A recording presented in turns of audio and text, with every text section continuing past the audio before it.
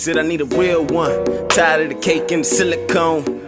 Said I need a real one. Forget perfection, I love bumpy roads. Said I need a real one. So here is the unit before I bleach the knots. On the site it does say that it is pre-plucked, which I see that it is. It has baby hairs. If I need to do any extra plucking after it's been applied, I'll go ahead and do that. There are the knots right there. So this is what I'll be bleaching right now. Okay, so these are all of the products that I'll be using to bleach the knots in the order that I'll be using them. Here we have the bleach powder or lightening powder, and I just have it in this little Ziploc bag. I originally bought it in a tub, so I have a little bit left and I have it in here. Next we have the Clairol Professional Soy 4-Plex Cream Developers. I have it in 20 and 30 volume. So I'm going to be using up all of this, and if I need any extra, then I have the bigger bottle here. This is brand new. And usually what I like to do, I like to mix a little bit of 20 and a little bit of 30. It just gives me the perfect results. But if you want a faster lift, you go with 30. You know, you want a slower lift, you go ahead with the 20 volume developer. I typically like to mix it. It just works for me, so use whatever works best for you. Next I have my Isoplus neutralizing shampoo / conditioner, and this basically just restores the pH balance of the hair because we are using chemicals. I have my Blonde and Silver shampoo, which is basically like the Shimmer Lights shampoo for blonde and silver hair. So what I use this for is shampooing the lace area mainly after I use this shampoo to get rid of all the chemicals and all of that. This is just a little trick I learned from another YouTuber a few years ago to stop the lace from turning that brassy orange. There's also a few other products that you can use that you can add to the developer to avoid the brassiness, but this has worked for me, so this is what I'll be using.